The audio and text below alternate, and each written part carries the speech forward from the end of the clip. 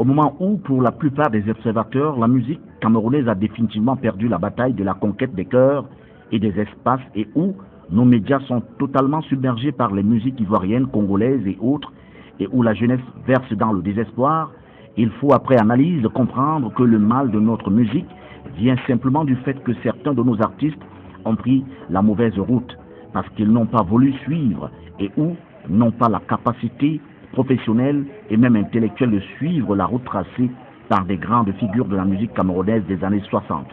Le chemin, la mauvaise route suivie jusqu'ici a conduit la musique camerounaise dans l'impasse avec les pires gangrènes qui la caractérisent. Usurpation, incapacité professionnelle, bien facile et des chansons à la gloire des personnes souvent méconnues ou mal connues à la quête d'un copec.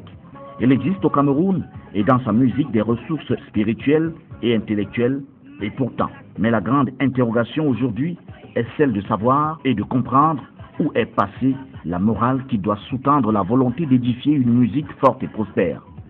Comment comprendre que des artistes par médias interposés se font la guerre et la guerre aux médias et aux hommes de médias?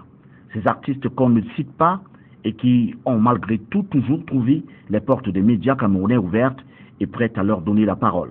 Il faut donc une déconstruction et une reconstruction totale, efficace et efficiente pour stopper la guerre CMC Sokam, Amatou Toumouna, Yang Filemon, Petit Pays et Longuet. Et éloigner du chant de la musique camerounaise ces musiciens chanteurs très souvent en mal de sensation et qui chantent parfois dans des bars et gargotes pour se faire un peu d'argent et narguer le peuple. Car il ne suffit pas de dire qu'on est libérateur pour croire un tant soit peu qu'on est un demi-dieu. Et surtout, quand la prison nous guette toujours.